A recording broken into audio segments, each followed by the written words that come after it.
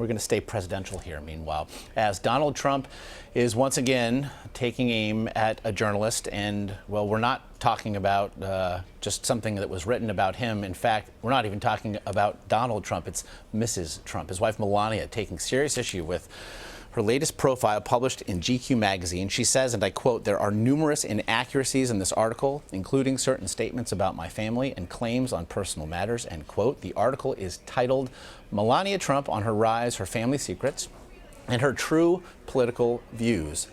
And there's a quote, "Nobody will ever know." Julia Loffe is the author of the article in question. She joins us from our Washington bureau. First to the news here, Julia. Melania Trump again tweeted last night, and I quote, "The article published in GQ is yet another example of the dishonest media and their disingenuous reporting," end quote. To the best of your knowledge, what is she specifically referring to? Well, we never got any specific claims that, that they thought something was inaccurate or wrong. The piece went through thorough fact-checking. It also was vetted by GQ's legal team. The things that I think what she's alluding to is the fact that we found her half-brother from, it's her father impregnated another woman before he met her mother, and she has a half-brother living in Slovenia that she didn't know about. We found documentation about this in the Slovenian court archives, documenting basically the paternity battle and the battle over whether Melania's father would pay child support. We have ample documentation. We've sent it all to Mrs. Trump. At first she said, before I sent the documentation to her, she said, "I don't know what you're talking about. I don't have a brother." After I sent her the documentation, she said, "I don't know what your angle is. I've known about this for years." So which of those versions should we believe? I don't know. There are also reports that she asked you not to share the information. True? She said that if I shared the information, that she would have no choice but to go through the law. Do you anticipate a lawsuit for something about this? I have no idea, and I should probably not comment on that. Fair. There's a lot to get to just here in the article. You, among many things, a turn of phrase here, you described her as alluringly opaque with reference to her public appearances in which she speaks in generalities, not perhaps unlike her husband. How does that play, first of all, when she does make appearances at certain stump events? Well, she's a very beautiful, very glamorous woman. She's very poised, very polished. She's very steady and polite. She is very much the yin to Donald Trump's yang.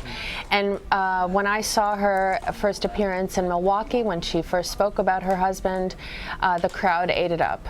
So, but she is also, she says, she gives platitudes that her husband is fair, that he has a great heart, that he has an amazing mind, that he's a great negotiator.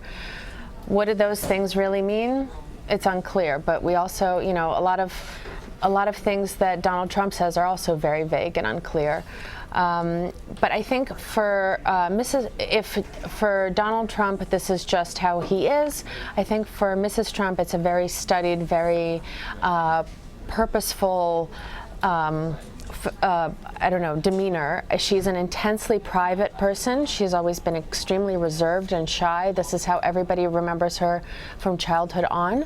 And I think this much scrutiny and the spotlight being on her so intensely is, I think, very, very uncomfortable for her. So she puts up a wall of this, he's great. I follow the news from A to Z. I have a thick skin. She says as little as possible to protect herself. I think for her, it's very important to protect her privacy and her family. And she has retreated from social media in the last year, perhaps in an effort to do just that. She also has made it clear that she was less enthused, perhaps, about her husband's wish to become president.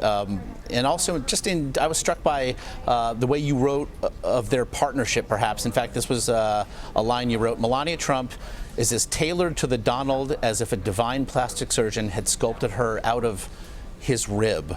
You also mentioned, though, you borrow from transcripts of an interview that Donald Trump gave to Howard Stern, in which it would sound for all the world as though he was almost describing a pet. What do you make of the relationship between the two of them? I think for Donald Trump is an act. He's on the Howard Stern show, and he's playing up to this, shock jock persona.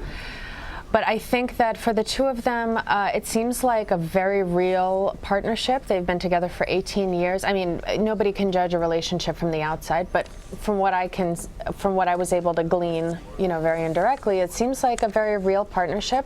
They both have very traditional understandings of gender roles and the roles within a marriage, and they've both spoken about this openly. Donald Trump has said, he told Larry King in 2005 that he knows Melania is going to be a great mom, and he's not going to do the diapers. That's just not his thing. And Melania has said exactly the same thing, that she doesn't think it's appropriate for her husband to be changing their son's diapers or putting him to bed. His job is elsewhere. His job is to work and be the breadwinner. So, and I think it's no coincidence that the most lasting marriages, the most lasting relationships in Donald Trump's life have been with Eastern European women. As you recall, Ivana Trump was Czech, Melania Trump is Slovenian. These are women from very patriarchal, traditional cultures where gender roles are very traditional and kind of strictly enforced. And I think that really dovetails with how Donald Trump sees relationships and women and marriage. You actually drew a connection to Jackie Kennedy, saying that might be the ideal template here. I do want to say, one friend, in fact, said of Melania Trump, she would be great at picking china patterns, and it was said as a compliment. So much to get to. I can only just highly recommend the article. It is a fantastic read. GQ contributor Julia Loffe, we appreciate your time. Thank you so much.